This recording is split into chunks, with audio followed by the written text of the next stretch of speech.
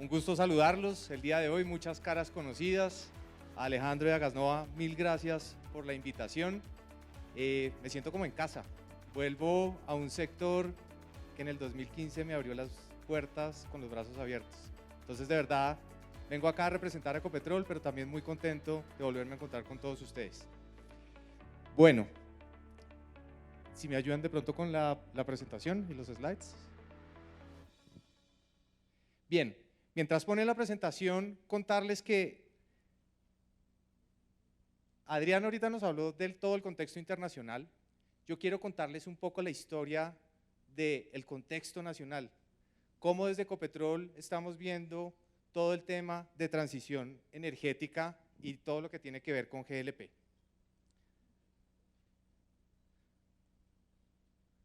Perfecto. Porque definitivamente el GLP no lo podemos ver como un energético aislado. Hace parte de una conversación muchísimo más grande que involucra todas las metas que tenemos trazadas al 2040. Lo que ustedes están viendo acá es un slide bastante utilizado por nosotros porque se ha convertido como en nuestro mantra, ¿verdad? Como qué es lo que tenemos que hacer de aquí al 2040 para ser exitosos. Y tiene, por supuesto, muchas cifras que no las voy a repetir, pero tiene algunos mensajes detrás que me parece que son muy importantes resaltar. El primero es que fíjense que una compañía, orgullo de todos los colombianos, que tradicionalmente se había concentrado en una sola línea de negocios, hidrocarburos, ahora aparecen dos líneas más. Y con esto no quiero decir que el negocio de hidrocarburos no sea importante, por supuesto que lo es muy importante, y para este país más. Pero ahora vamos a tener dos nuevas oportunidades, dos nuevas autopistas que nos deben llevar a un sitio totalmente distinto. ¿Cuáles son esas dos nuevas avenidas estratégicas? La primera, soluciones de bajas emisiones. Y es que desde ese equipo estamos concentrando y enfilando todos nuestros esfuerzos para abordar los retos de la transición. Ahí tenemos, por ejemplo, todas las metas de hidrógeno. Cristian nos hablaba esta mañana, captura de carbono, ahí está. Todo el esfuerzo de renovables, que más adelante les voy a contar un poquito más de eso, ahí está. Todo el tema de hidrógeno, en fin, todo lo nuevo está cayendo en esa línea de soluciones de bajas emisiones y para mí es un orgullo poder decir eso porque implica que el mismo Ecopetrol está haciendo la transición. Y la tercera avenida estratégica, transmisión y vías. Alguna persona que admiro mucho alguna vez dijo, no hay transición sin transmisión. Y es verdad, es verdad. Podemos generar montones de energía renovable, pero si no tenemos cómo llevarla y conectarla a la demanda, pues no estamos siendo eficientes. Y ese es precisamente el propósito de transmisión y vías. Entonces, fíjense, una compañía que ella misma está recorriendo su camino de transición. Veamos un poco y profundicemos en el tema de soluciones de bajas emisiones. Y no es gratis que en este slide esté el encadenamiento del ADN, porque si hay algo que nosotros tenemos claro, y lo hablábamos previamente a este panel, es que los retos de la transición energética son tan grandes, son tan retadores, como humanidad nos está presentando tantos desafíos, que no hay una única solución que nos lleve a la meta. Me explico. A punta de electrificación no vamos a lograr las metas de descarbonización. A punta de renovables tampoco. Solo el gas natural o el GLP tampoco. Necesitamos de esfuerzos encadenados como este ADN que de manera articulada podamos lograr esas metas. Y es que además tiene una ventaja gigante y la descubrimos cuando estábamos diseñando justo esta estrategia. Y es que cuando se encadenan, logramos que el 1 más 1 sea 3. Cristian lo mencionaba también al principio y me gustó mucho la presentación de Cristian por eso. Cuando uno junta captura de carbono con hidrógeno, aparecen los combustibles sintéticos. Magia. Cuando uno junta los renovables con el gas natural y el GLP, aparece la confiabilidad en el suministro energético, porque los renovables funcionan muy bien, pero no siempre tenemos sol y no siempre tenemos viento. Entonces, cuando generamos esas uniones o esos matrimonios, es donde todo esto empieza a cobrar sentido. Retos gigantes. Entre el 30 y el 50% del EBITDA del Grupo Ecopetrol tiene que provenir al 2040 de esas dos líneas de negocios que les estaba mencionando, de bajas emisiones y de transmisión y vías. Eso lo que quiere decir es que en 17 años o menos, la mitad del negocio del Grupo Ecopetrol va a venir de negocios que hoy están hasta ahora empezando o que no existen. Y en el mundo de los negocios ustedes saben que 13 años es relativamente poco. Entonces, esto enmarca un poco la estrategia y nuestra visión de lo que significa esa transición energética y las soluciones de bajas emisiones. Y gas y GLP, véanlo ustedes ahí presente. A mí me gusta mucho este tipo de escenarios porque mi rol en Ecopetrol es liderar el equipo de gas y de GLP. Y habiendo estado en el sector de GLP, donde en la calle la competencia es feroz y el gas natural se ve, ¿verdad?, como un competidor muy duro, realmente lo que estamos viendo acá es que se complementan muy bien. Y por eso, bueno, acá les voy a contar algunos datos que refuerzan la importancia de esta estrategia. En nuestro plan 23-25, hay entre 15 y 16 billones de pesos asociados a esta historia que les estoy contando. Apostándole a renovables, apostándole a hidrógeno, apostándole a todas esas temáticas. En exploración de gas, muy importante, y esto es muy importante para el GLP, 12 pozos exploratorios en Costa Afuera, tan conocido, en el Caribe colombiano, pero por supuesto en el Piedemonte, que es el corazón del gas natural y del GLP. 900 megavatios de energías renovables en operación o en construcción, muy importante. Hoy tenemos 200. Esperamos casi que cuadruplicar un poquito más esa capacidad en cuestión de 2 años. Captura de carbono, estamos haciendo todos los estudios para mirar la factibilidad de esa tecnología, muy importante por el rol que les mencionaba en el encadenamiento, estudios eólicos e hidrógeno. Este proyecto de hidrógeno es muy importante porque hace parte de la descarbonización de nuestras refinerías. Uno de los retos que tiene el hidrógeno es que hoy la demanda en el mundo existe, pero de una manera muy especializada.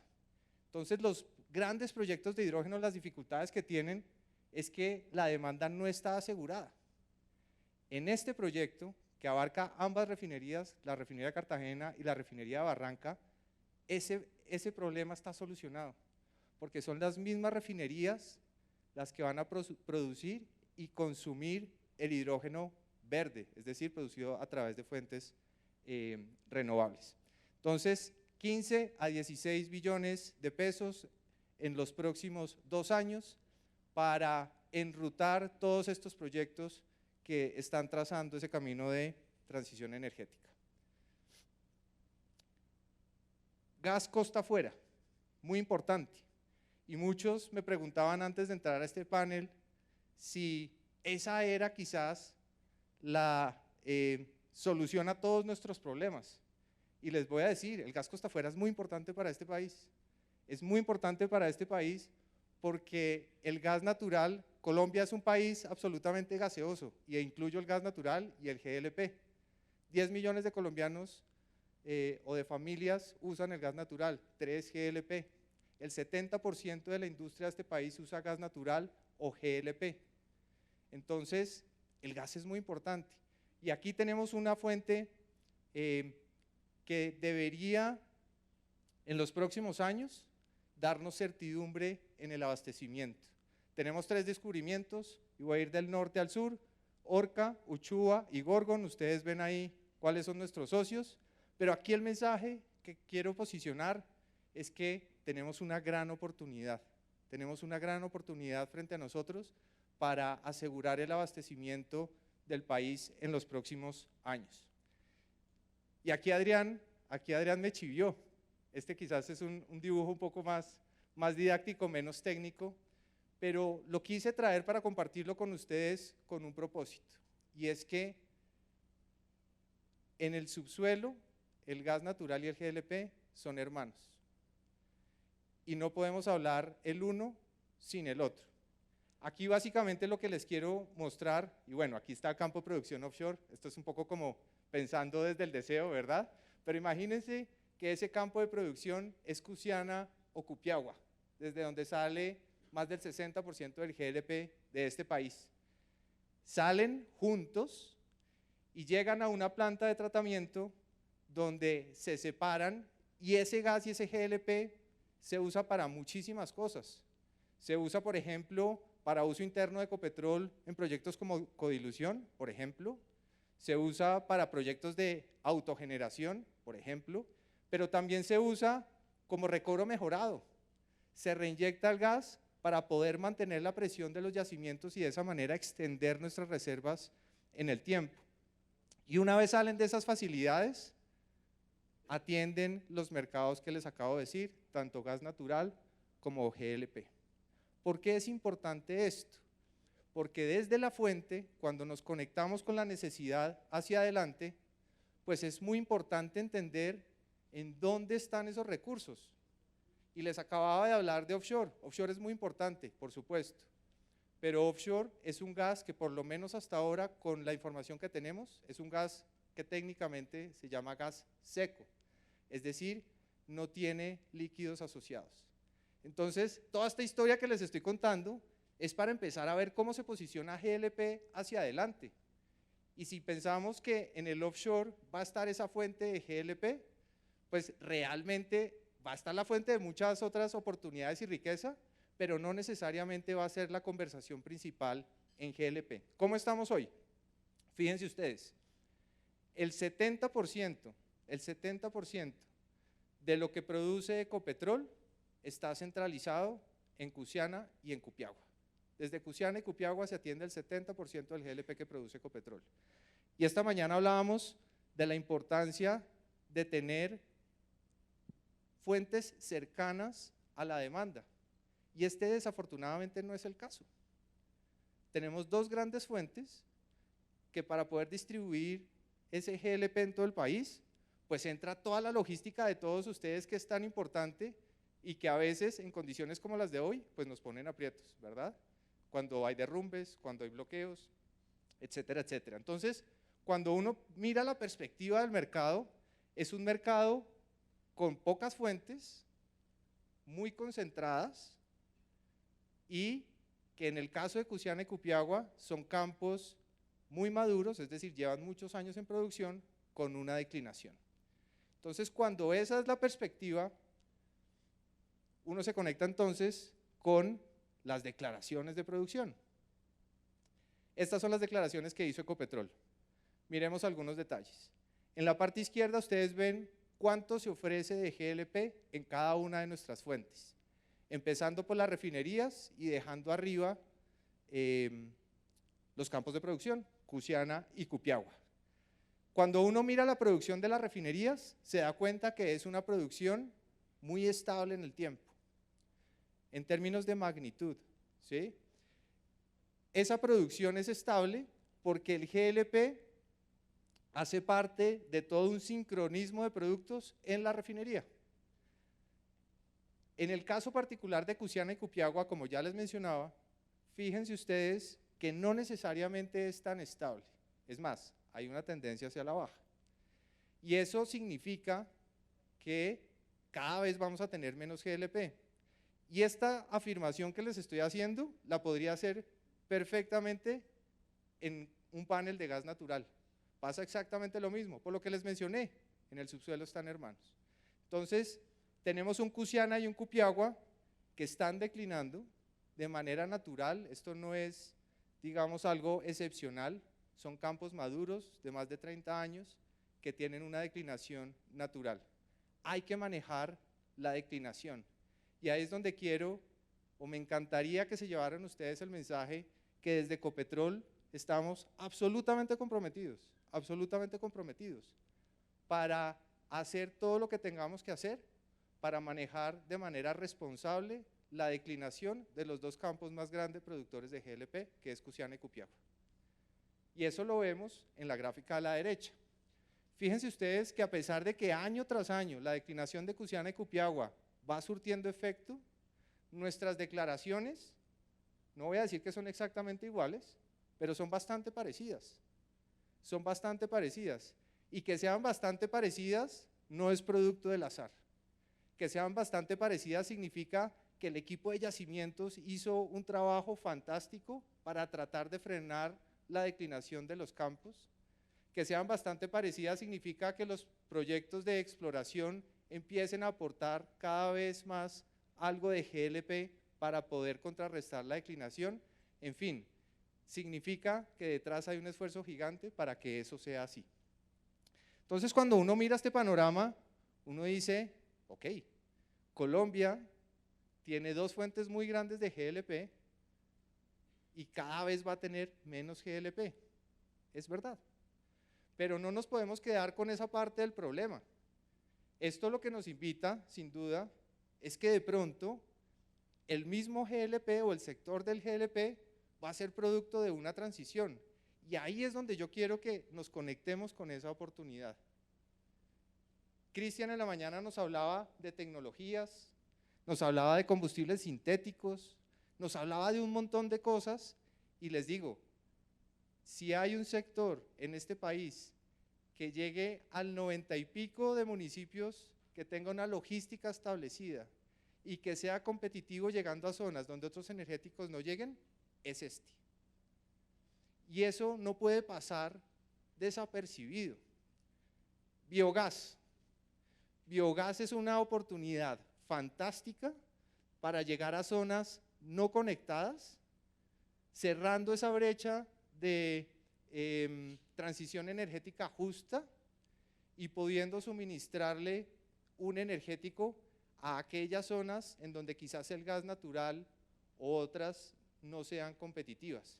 Inclusive ahí es donde está el foco o el mayor número de personas que consume leña.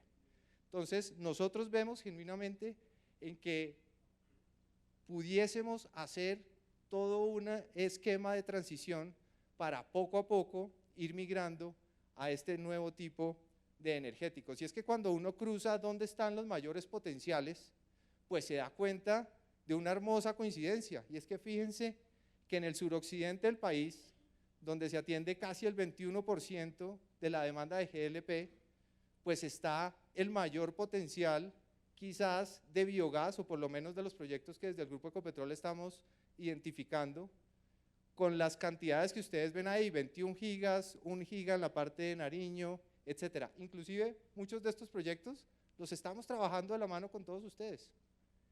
Entonces, qué bueno sería que pudiéramos empezar a hacer esa transición de manera natural. No quiero dejar pasar la oportunidad para encajar en esta estrategia lo que significa el componente social tanto de gas natural como de GLP. Número mágico que hoy se ha repetido muchísimas veces, 1.3 millones de familias cocinan con leña. Sí, nos aprendimos los nombres, pero tenemos que actuar. Y es que cerrar esa brecha es un reto enorme. Les voy a dar algunos datos. Conectar a un usuario de gas natural, conectarlo, cuesta en promedio entre 1.2 y 1.5 millones de pesos. Supongamos que quisiéramos conectar a ese 1.3 millones de familias. Saquen sus celulares, pongan la calculadora, pónganlo en formato horizontal y multipliquen 1.500.000 por 1.200.000. Y ese es el costo o la deuda que tenemos con este país en términos de brecha social. Tenemos que pensar diferente. Pensar que vamos a conectar en gas natural llegando a estas zonas remotas es un irreal. Tenemos que pensar diferente. Y en Ecopetrol ya empezamos. Tenemos una meta de conectar a 300.000 familias de aquí al 2030, 70.000 familias al 2025, y en los últimos años, pues no hemos conectado al 1.000.000, pero hemos hecho bastante. En los últimos 2 años hemos hecho lo equivalente de los últimos casi que 10. Y ese es el tipo de inercia que desde Ecopetrol queremos promover. Muchos de esos, quiero decirles, inclusive los hicimos con GLP. El programa de gas social en Arauca fue muy exitoso y lo hicimos con GLP. Se los dejo para que pensemos desde nuestras orillas, desde nuestras compañías, qué más podemos seguir haciendo para cerrar esta brecha. Ya para terminar y no extenderme, mi reflexión final. El mundo nos cambió. Tenemos que pensar diferente y yo quisiera que nos lleváramos la invitación a que abandonemos por un momento nuestra percepción tradicional y el abordaje tradicional del negocio de GLP, en donde hay dos grandes fuentes, donde simplemente se compra un GLP y a través de una logística complicadísima se atiende un mercado. Conectémonos con Cristian lo decía también al principio, la presentación de Cristian me gustó mucho, no nos dé miedo atrevernos a hacer cosas distintas, desde la oferta. ¿Cómo podemos asegurar una oferta distinta? Adrián mencionaba, hay países que importan. ¿Cómo podemos generar un equilibrio para lograr hacer que el mercado de GLP se transforme y sobre todo se consolide sabiendo que tiene un espacio en el mercado y que los otros energéticos no lo van a poder llenar? Sostenibilidad. ¿Cómo volvemos el negocio sostenible de la mano con la tecnología? ¿Cómo estas compañías empiezan a meterse en conversaciones como el biogás, como los combustibles sintéticos? Ahí está el ejemplo de Chile. En Colombia lo podemos hacer también. Infraestructura. No puede ser que un derrumbe nos ponga en aprietos a todos. Tenemos que pensar distinto, inclusive desde la infraestructura. Regulación. Por supuesto que desde regulación tenemos que hacer cambios y en Ecopetrol estamos dispuestos a apoyarlos, porque tenemos que reconocer que las condiciones de hoy hacen que sea distinto. Transición energética justa, ya lo mencioné, y HSE. No se olviden de HSE. Hemos trabajado muy de la mano con ustedes, sabiendo que no puede haber cosa mejor que nuestro negocio sea un negocio seguro y que nuestras compañías y sobre todo nuestras personas estén a salvo y con la vida intacta operando este negocio. El negocio de Ecopetrol no termina en Cusiana cuando sale sus cisternas a recorrer todo el país. Queremos trabajar de la mano con ustedes para que el negocio de GLP sea percibido como un negocio seguro.